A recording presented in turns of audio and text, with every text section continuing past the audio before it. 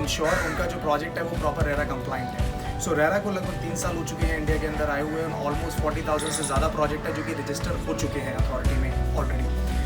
RERA एक journey है जो स्टार्ट होता है रजिस्ट्रेशन से, बट इसके अंदर काफ़ी सारे कंप्लाइंसेस इन्वॉल्व होते हैं। सो वो 10 ड्यूटीज़ क्या है, लेट्स स्टार्ट। जो पहली ड्यूटी है वो है to ensure all projects get registered with the authority. So अगर कोई भी एक ऐसा प्रोजेक्ट है जो 500 मीटर से ज़्यादा की लैंड पे बन रहा है या उसके अंदर 8 से ज़्यादा ड्वेलिंग यूनिट्स हैं, जो 8 से ज़्यादा ड्वेलिंग यूनिट्स है, it can be combination of residential and commercial. So उस पर्टिकुलर प्रोजेक्ट को रजिस्टर करना मैंडेटरी है हर एक प्रमोटर के लिए। अगर वो प्रोजेक्ट को रजिस्टर नहीं करते हैं, so as per section 3 they can't do marketing, they can't do any promotion, they can't do any form of sales, they can't accept any amount from any customer.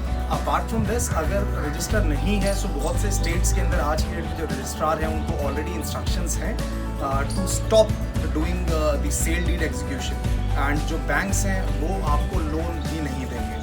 जो second point है that's related with advertisement. So every builder has to ensure कि जब भी वो RERA में register करते हैं project को, तो उनको एक रेरा नंबर है जो अलॉट होता है। तो जो भी आप मार्केटिंग करें, चाहे वो आप प्रिंट फॉर्म में करें या डिजिटल फॉर्म में करें, आपको वो रेरा नंबर अपनी हर एक एडवर्टीजमेंट में लिखना मैंडेटरी है। उसके साथ साथ आपको जो वेबसाइट है आपकी लोकल स्टेट अथॉरिटी की, उसका URL भी मेंशन करना होगा।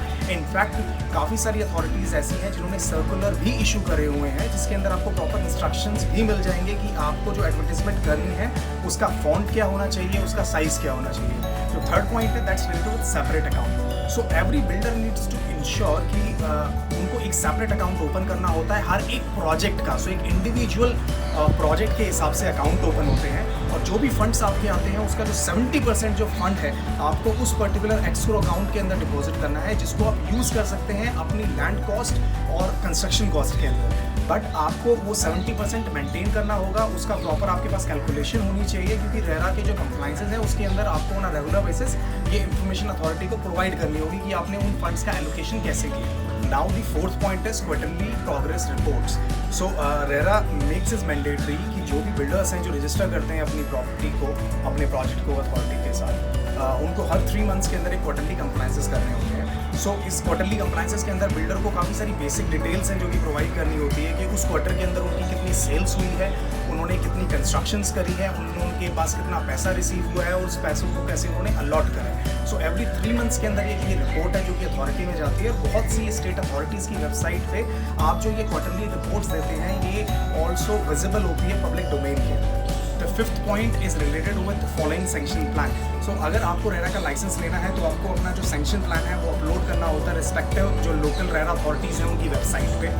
सो यू नीड टू इंश्योर कि जो आपका लोकल जो आपको सैंक्शन प्लान मिला है आप उसको प्रॉपर्ली फॉलो करें, बिकॉज अगर कोई भी डिस्क्रिपेंसी आती है प्रोजेक्ट के लास्ट में, so there can be issues in obtaining the completion certificate. And अगर आपको कंप्लीशन सर्टिफिकेट नहीं मिलेगा तो जो फाइल आपने रेरा में ओपन करी थी आप उसको क्लोज नहीं कर पाएंगे।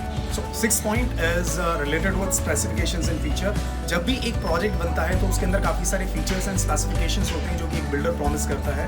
सो like swimming pools, gyms, club houses और द काइंड ऑफ टाइल्स और marbles. So every builder have to ensure कि जो आप प्रॉमिस कर रहे हैं at the time of marketing या at the time of registering in RERA कि आप ये particular specifications and feature project में देंगे, तो आपको वो देना मैंडेटरी है।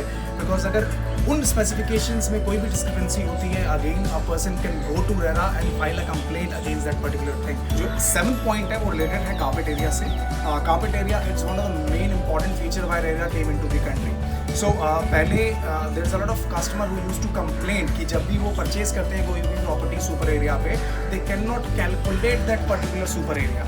So that's the reason why this provision came into this particular act. Now it is mandatory for every developer to write carpet area in every marketing collateral and also in agreement to sale. और जो carpet area है उसकी भी जो definition है वो भी clear कर दी है authority ने. It is clearly mentioned that carpet area is a net usageable area which include your interior walls but exclude your exterior walls and balconies. It means जो आपके घर की interior walls हैं वो तो आपकी रेरा में include होंगी, but जो आपकी exterior walls and balconies हैं या आपके जो other common areas हैं वो रेरा में नहीं आते। 8th point is related with agreement to sale. So RERA makes it mandatory that a builder cannot take more than 10% of the amount before executing the agreement. और ये जो agreement execute करना है इसके प्रॉपर्ली ड्राफ्ट्स हैं जो कि आपको लोकल स्टेट अथॉरिटीज़ हैं, चाहे महारेरा हो गई या कर्नाटका रेरा हो गई या यूपी रेरा हो गई, वहाँ पे आपको मिल जाएंगे। सो कोई भी एक जो बिल्डर है वो वहाँ पे उन पर्टिकुलर रिस्पेक्टिव अथॉरिटीज़ पे जाके ये सारे के सारे जो ड्राफ्ट्स हैं वो डाउनलोड कर सकते हैं, आप उनको एडिट कर सकते हैं एंड यूज़ कर सकते हैं रेरा के लिए। So the 9th point, it's related with completion certificate. So like I told you, the RERA is a journey. आप जब एक फाइल को ओपन करेंगे RERA के अंदर तो आपको उसको क्लोज भी करना है, एंड क्लोज करने के लिए जो बहुत सी अलग अलग अथॉरिटीज़ हैं, सबका अलग अलग प्रोविजन है, बट जो प्रिंसिपल सबका ऑलमोस्ट सेम है। आपको कंप्लीशन सर्टिफिकेट अपनी जो लोकल रिस्पेक्टिव अथॉरिटीज़ हैं उससे ऑब्टेन करना होगा, और जो भी आपकी लोकल रेरा अथॉरिटी है, चाहे वो आपकी कर्नाटका रेरा है, यूपी रेरा है, बाकी अदर जो आपके सपोर्टिंग डॉक्यूमेंट्स हैं उसके साथ आपको कंप्लीशन सर्टिफिकेट अथॉरिटी में सबमिट करना होगा। उससे क्या होगा, जो आपकी एप्लीकेशन है रेरा के अंदर वो क्लोज हो जाएगी, एंड रेरा वेबसाइट पे आपका जो प्रोजेक्ट है वो कंप्लीशन प्रोजेक्ट के टैब के अंदर शो होगा। And the last point is related with structural defect. So आपका प्रोजेक्ट अब आपने रजिस्टर कर लिया, आपका जो प्रोजेक्ट है आपने वो कंप्लीट कर लिया, बट उसके बाद भी एक पॉइंट रह जाता है जो रेरा बोलता है, दैट इज स्ट्रक्चरल डिफेक्ट। आप जब अपने प्रोजेक्ट की पोजीशन दे देंगे, उस प्रोजेक्ट की पोजीशन देने के बाद भी 5 सालों तक उस पर्टिकुलर प्रोजेक्ट के स्ट्रक्चरल डिफेक्ट्स आपको मेंटेन करने हैं। So what does it means कि अगर कोई भी स्ट्रक्चर के अंदर, आई एम टॉकिंग अबाउट जो स्ट्रक्चर है आपकी प्रॉपर्टी का, उसके अंदर अगर कोई भी डिफेक्ट आता है तो 5 सालों तक वो हर एक बिल्डर को मेंटेन करना है।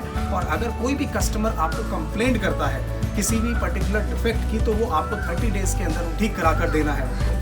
So with this, these are the top 10 responsibilities and duties which I believe every builder should follow.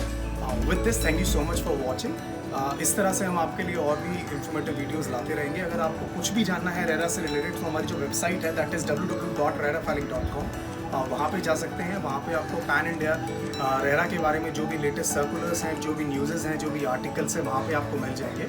इसके अलावा हमारा जो यूट्यूब चैनल है आप उसको को भी फॉलो कर सकते हैं। वहाँ पे आपको डिटेल्ड जो रेरा के प्रोविजंस हैं उनके बारे में आपको जानकारी मिलेगी, और इस तरह से हम और भी वीडियोज़ आपके लिए लाते रहेंगे।